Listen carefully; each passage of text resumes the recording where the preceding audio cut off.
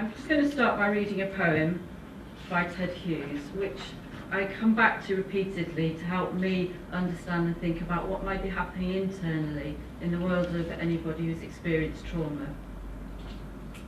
This house has been far out at sea all night, the woods crashing through darkness, the booming hills, wind stampeding the fields under the window, floundering black astride and blinding wet, till day rose.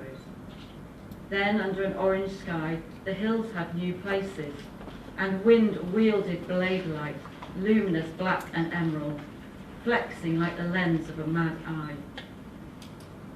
At noon I scaled along the house side as far as the coal house door.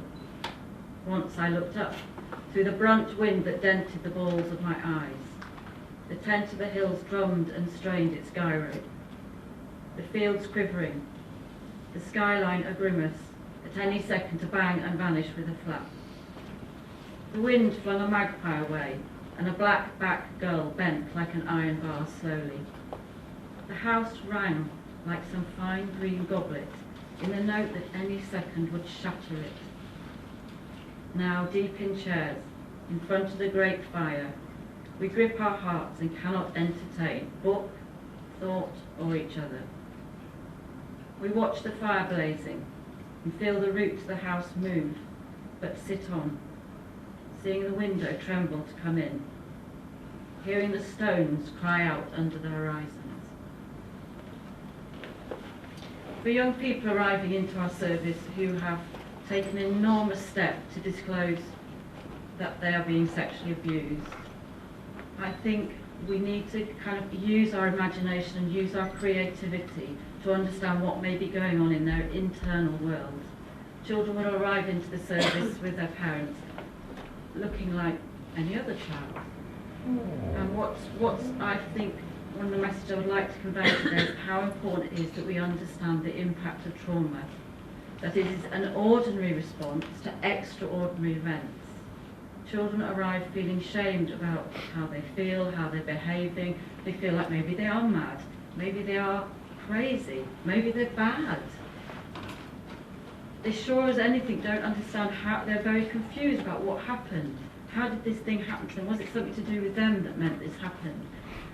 Often their reason for speaking out would have been not for themselves, but to protect other children. So I think we are honour bound to provide appropriate services and support to children who've experienced trauma. Children who've experienced trauma will, if we do not provide early intervention services that are responsive and attuned to their needs, they will end up with varying degrees of issues throughout their life. That might be mental health issues, it may be other issues that they feel that they have to. For some children, it may mean that they themselves start exhibiting sexually harmful behaviours towards other children. I've been really fascinated this morning just thinking about how does trauma weave into mental health and how does mental health weave into trauma.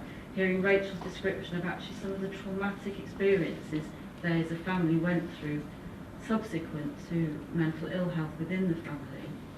And for children that we work with, we can see how it is the trauma of sexual abuse that leads to children's dissociative behaviours that may mean they feel that the world isn't real sometimes. They may feel that they're not very real sometimes.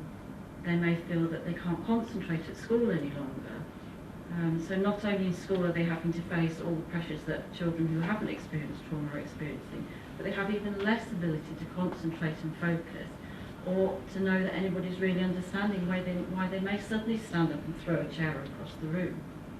And if we don't tune in and provide trauma-informed services within our schools, in our other services, then we're going to miss those children.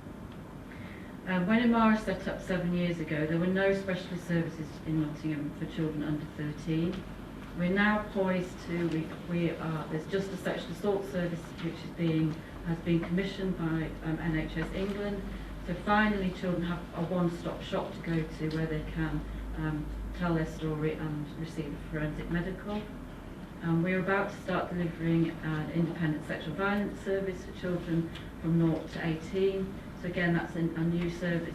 But again, it's a reminder, this has relied on a small charity setting up in Nottingham, writing endless funding bids to get money coming in, and increasingly recognising that the infrastructures around small charities are slipping away and moving away.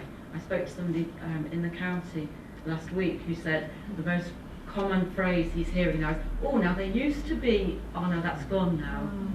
Services are going, and actually we need to fight, we need to campaign to stop statutory services being taken away in order that small charities can do the innovative, compassionate, humane response to problems, but are well supported, that children outside of those charities are also being supported. And that, two or three words that have come across today seem to be about decency, compassion, humanity and hope.